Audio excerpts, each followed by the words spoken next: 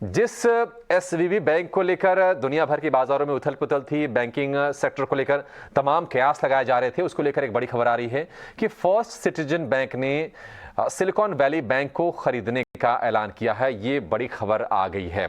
तो कहीं ना कहीं अमेरिका के जो रेगुलेटर्स थे वो सतर्क थे, अब इस पूरे संकट से इम्यून रखना चाहते थे इकोनॉमी को, और इसी कड़ी में ये फैसला आया है कि फर्स्ट सिटीजन बैंक ने अब सिलिकॉन वैली बैंक को खरीद लिया है। सिलिकॉन वैली बैंक के पास कुल 167 बिलियन डॉलर के एसेट्स हैं, 119 बिलियन डॉलर के डिपॉजिट्स हैं, और अमेरिका के रेगुलेटर्स ने ये कहा था कि डिपॉजिटर्स का जो हित है वो हम सुरक्षित रखेंगे, और उस दिशा में एक निश्चित तौर पर बड़ा ये कदम, और ये इसको कहीं ना कहीं सेंटिमेंट के लिहाज से बहुत ही पॉजिटिव तौर पर देखा जाएगा, क्योंकि सिलिकॉन बैंक के बाद हमने देखा था कि यूरोप में क्रेडिट स्विस को लेकर थोड़ी सी संकट के बादल खड़े हुए थे। डॉइश बैंक को लेकर शुक्रवार को खबरें आ रही थी कि वहां पर भी कुछ स्थितियां कमजोर हो रही हैं, लेकिन ये निश्चित तौर पर एक बढ़िया खबर। सिलिकॉन वैली बैंक, आपको बता दें कि मेनली स्टार्टअप्स को, वेंचर कैपिटलिस्ट को फंड करने वाला और उनके डिपॉजिट्स अपने पास रखने वाला ये बैंक दिवालिया हो गया।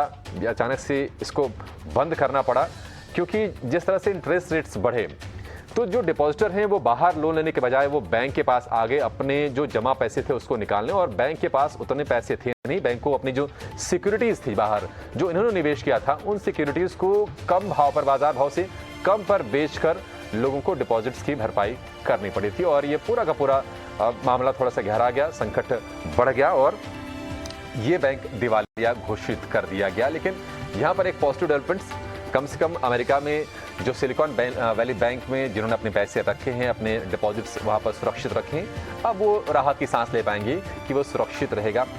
अब इस बैंक की टेक ओवर के बाद 119 बिलियन डॉलर की बड़ी रकम होती है, उसके deposits silicon valley bridge bank के पास हैं।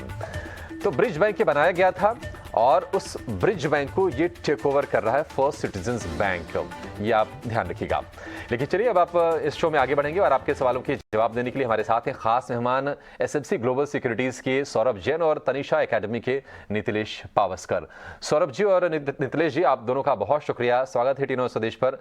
सौरभ जी, एक बड़ी खबर निश्चित तौर पर, थोड़ी सी राहत की बात है, इस पूरे क्राइसिस को मैनेज करने के लिए जिस तरह से स्विफ्टली, बहुत तेजी से अमेरिका के रेगुलेटर्स ने काम किया, और उसी कड़ी में सिलिकॉन वैली ब्रिज बैंक जो बनाया गया था सिलिकॉन वैली बैंक के कोलैप्स होने के बाद, उसका अब टेक ओवर होने जा रहा। सेंटिमेंट के लिहाज से आपको लगता है कि ये निश्चित तौर पर एक सकारात्मक खबर है?